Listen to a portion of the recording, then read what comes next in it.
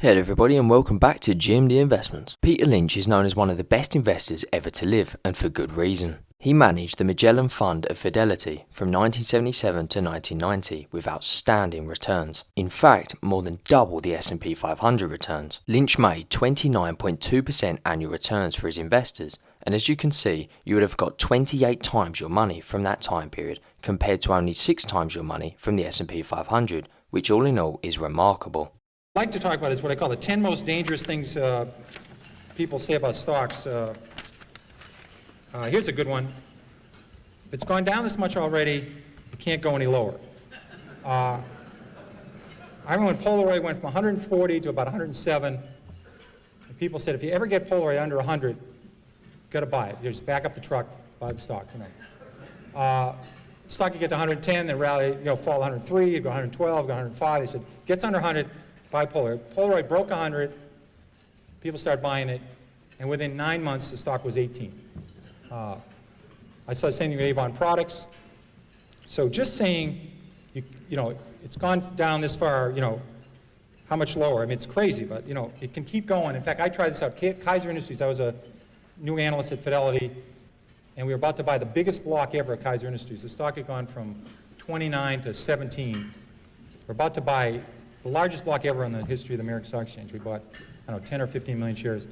At 15 3/4, I said, my God, the stock's gone from 29 to 17. How much lower can it go? So we bought this enormous block at 15 3/4. So I called my mother and I said, Mom, I guess stock at Kaiser Industries, it's 10. So about 3 months later, I said, you ought to buy this. It's gone from 29 to 10. How much lower can it go? Well, it went to 9, it went to 8, it went to 7, it went to 6, it went to 5, it went to 4.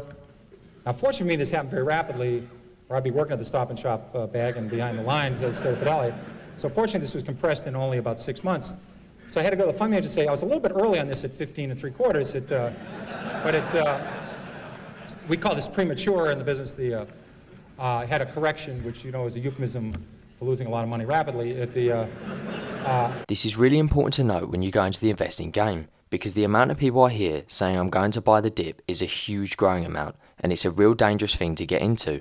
The best way is to work off facts. For example, facts you get from 10K annual reports, looking through their balance sheet, income statement, etc., and then just reading about the nature of the business to get a real understanding of the business you're putting your money into.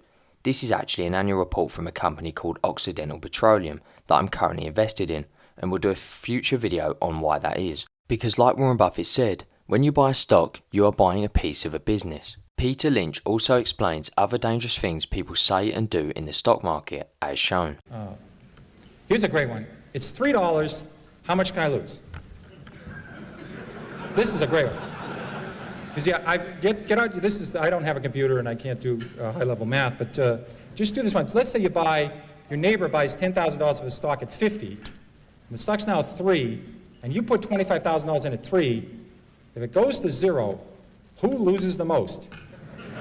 A lot of people cannot answer this question, People in the stock market today, I feel, the vast majority treat it as a casino, and this shouldn't be the case. You should always do your research and analysis over any given stock before putting any money into it. I strongly recommend reading Peter Lynch's book, One Up on Wall Street, as this opens the world to value investing and all the basic principles and mindset you need to have before going into it. Remember that one? The Mideast around the world, they weren't going to buy our bonds, and the market crashing, we're going to have a depression.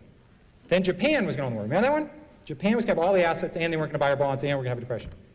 Within 3 years, the Nikkei Dow had gone from 40,000 to 16,000.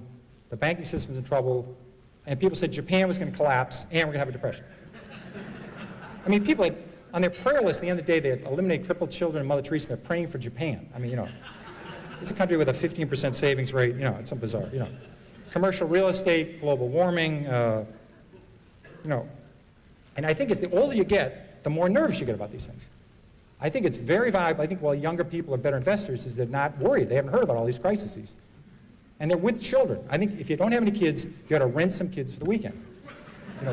Get a 7-year-old and ask him if he knows about the money supply, how fast it's growing. Ask him if he knows about the shape of the yield curve is the wrong shape of the yield curve. Or that we're 48.3 months into the economic recovery and the average recovery lasts 52.3 months. Ask an 8-year-old if they know about that. 8-year-olds have a very high expectation about the next 20 years. That's what you need to do. The more you get away from 8-year-olds, the more you get away from 11-year-olds, the more you start reading these crazy things you read over the weekend.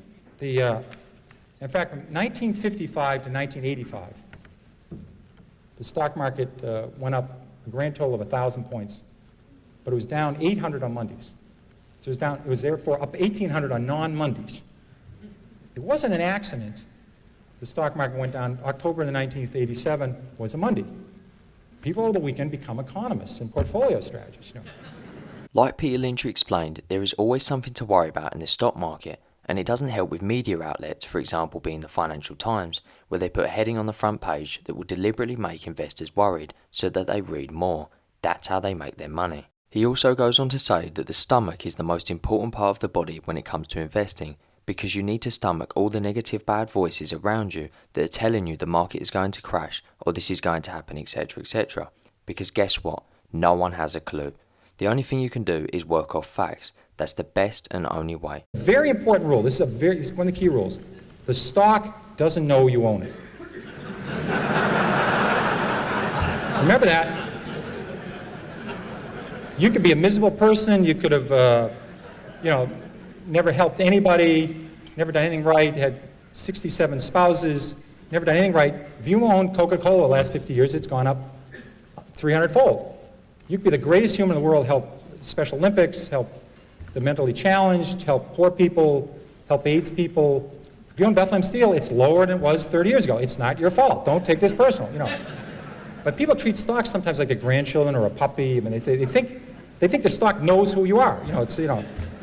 So this concludes this video today, and in future videos I'm going to be doing stock analysis videos and how to value a stock, discounted cash flow, intrinsic value, and all of the nitty gritty stuff. But I just believe if you haven't got the basics and the mindset and discipline, it doesn't matter how clever you are or how high your IQ is, you'll never do well in the stock market.